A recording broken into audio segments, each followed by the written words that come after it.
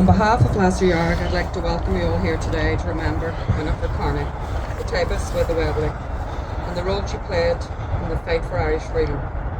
Winifred Carney, feminist, socialist, republican and revolutionary, is one of Belfast's links to the 1913 lockout, to James Connolly, to the Irish Citizen Army and to the Easter Rising of 1916. Winifred was a suffragist, a teacher and a trade unionist, and she stood alongside James Connolly and her other comrades in the GPO in Dublin in 1916. Originally from Bangor, County Down, her family moved to the Falls Road when she was a child. Educated at the CBS school in Donegal Street, she later qualified as a secretary and was one of the first Belfast women to become a shorthand typist. Her education and skills she put to good use in her political activism, helping to found the women's section of the Irish Textile Workers Union in Belfast.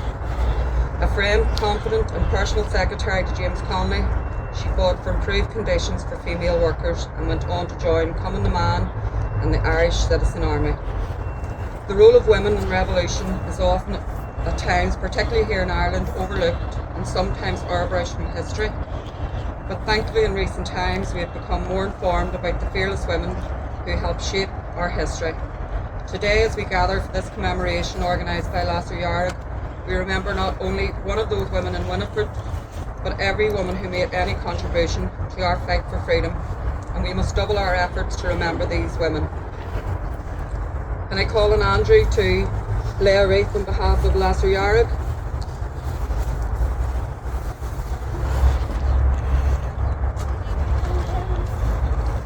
And I call on Sarah from the Connolly Youth Movement.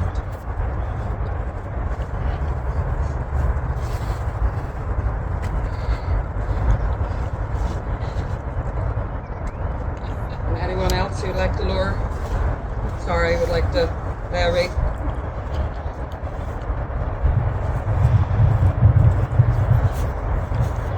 Thank you. The call for the lowering of the flags and a minute's silence.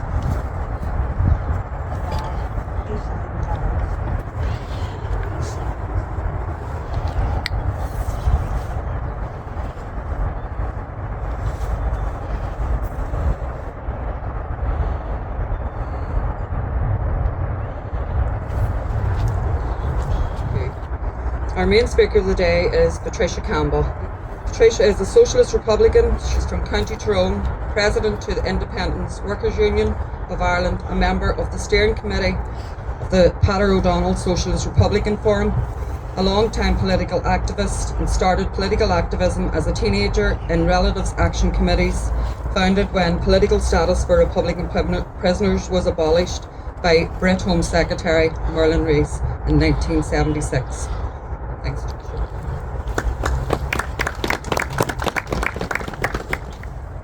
I am honoured to have been invited to speak about this formidable revolutionary woman, Winifred Carney, who was imprisoned for her beliefs.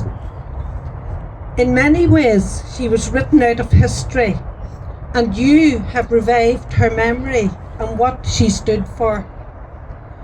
Winifred Carney played a leading and active role in the Irish Citizen Army, the first citizens' army of the working class in the world, in which women played a full part.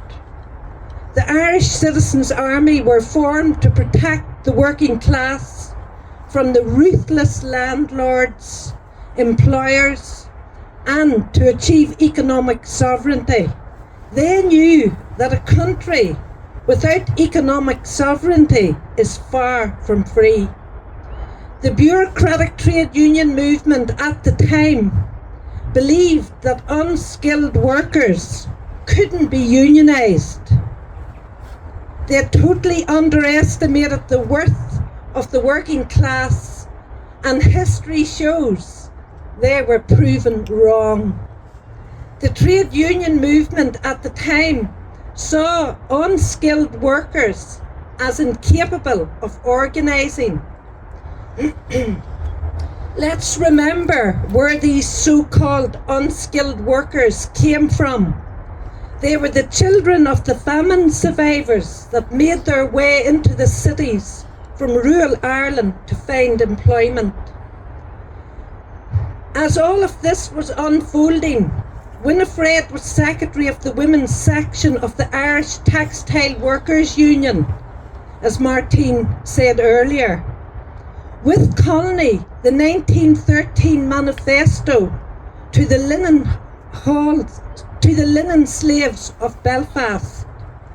It was a timely and hard-hitting manifesto at a time when Belfast workers, mostly women and children, were working long hours in horrific conditions, barefoot and hungry, for as little as 3d per day.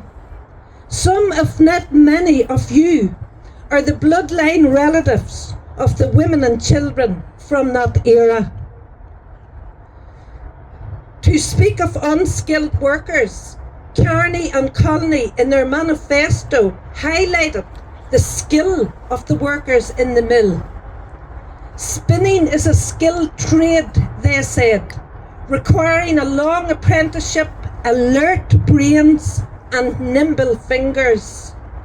They made the point that qualified spinners in Belfast received a wage less than some of the pious mill owners would spend weekly upon a dog.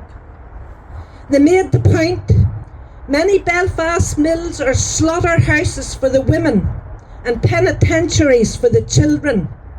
Can you imagine what that must have been like? Carney and Connolly were frustrated that the workers couldn't unite together and fight for better conditions. They knew that the workers felt powerless, and they gave them an injection of words to awaken them. They challenged them on their servile attitude. In that manifesto, they concluded with a strong message. Sisters and fellow workers, talk this matter over. Do not be frightened by the timid counsels and fears of weaklings. Be brave. Have confidence in yourselves. Talk about success and you will achieve success. Let's bring that message to our workers and communities today. How can we not see there is a need more than ever to reject the current rotten system laced with economic policies that keep working class communities in poverty? It was brute capitalism then, and it is brute capitalism today. Today's minimum wage and the safety net social benefits for those in need is not much more than 3d per day in 1913. Winifred Carney was a friend and confidant of James Connolly. She was present with Connolly at the GPO during the 1916 Rising. Before the partition of this country, James Connolly warned what would happen if we went down the road of partition. He said there would be a carnival of reaction. Connolly didn't live to witness it. Winifred Carney did. We can only imagine what it must have been like for women in those days, as she and many others fought for a woman's right to vote and played a full role in the revolution. Unfortunately, it was going to get worse. Winifred Carney lived through that carnival of reaction when the right-wing blue shirts and the nationalist Fianna Fáil took control, aided and abetted by the British establishment and the Catholic Church. We would have no doubt what Winifred must have felt to witness the abuse and criminalisation of children and their babies in the mother and baby laundries. Indeed, Belfast had its own laundry, run by the Catholic Church. Partition didn't affect the Catholic hierarchy. They were the strongest all-Ireland organisation, wielding much power. It was through organising in the trade union movement she met her husband. An unlikely bedfellow, some might say, as they were from opposite poles. She affirmed socialist Republican and he a unionist. However, they found common ground in their trade union work. I can only assume that she found more common ground with him than some of her former nationalist comrades who joined the right-wing alliance of church and state. So here we are today, a generation born into this failed six-county statelet. Many of us have memories of the British military on our streets in the 70s, 80s and 90s. Many present here today have no lived experience of life in this statelet pre-Good Friday Agreement. There has been much social change in the last 25 years, but one thing that hasn't changed is that the place where Winifred Carney lived and organised for a better Ireland is researched as the most disadvantaged in Western Europe. We are facing yet another election, and people will be left to vote along sectarian lines and left with no choice but the promises and soundbites about fixing our NHS and making politics work. While they have diminished the NHS and their policies and politics hasn't worked for the people, we don't need this type of electoralism. Winifred Carney stood for election as a Sinn Féin candidate in 1918 general election. She didn't secure enough votes. Unfortunately, the people lost out on her principal policies. She wasn't the type of Sinn Féin candidate or liberal feminist that would talk about rights and then sign them away with a bureaucratic pen. We've seen the Stormont executive and the government of the 26 counties implement ruthless free market policies and practices, reinforcing legislation that undermines trade union strength. Here, public sector workers will be striking soon for better pay. We must support the public sector workers and nurses, hailed as essential workers, clapped throughout the pandemic, and now we'll see how we clap for NHS workers when they go on strike, but we'll be out clapping for them.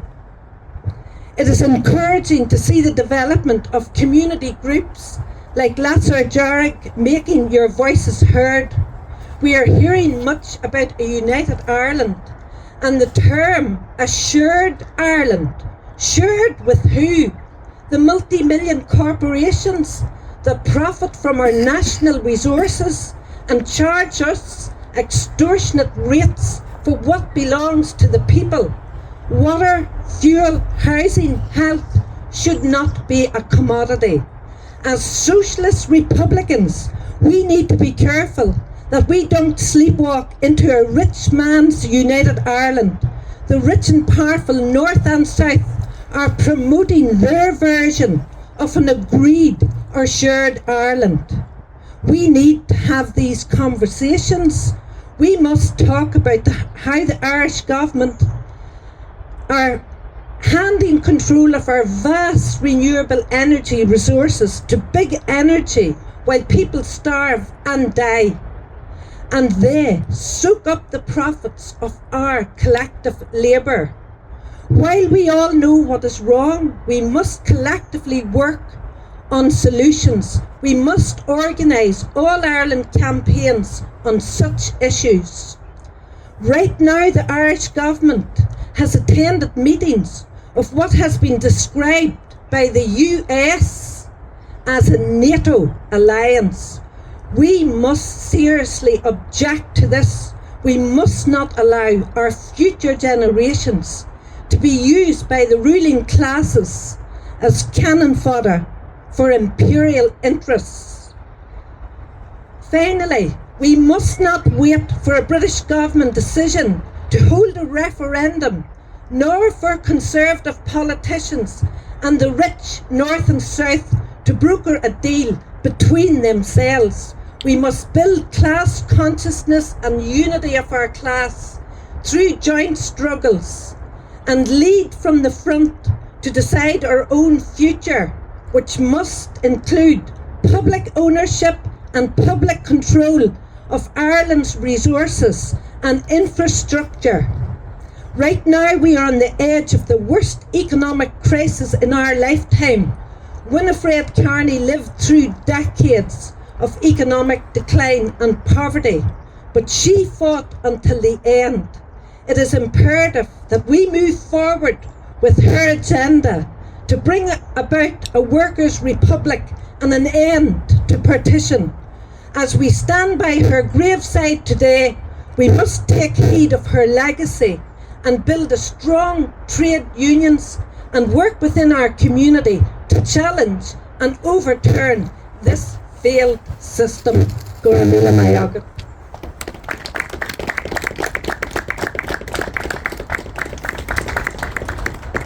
Thanks very much, Tricia.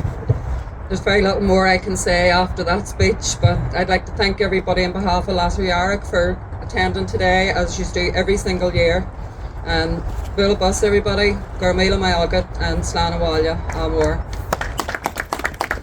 Talk to the colour party to follow. Thank you.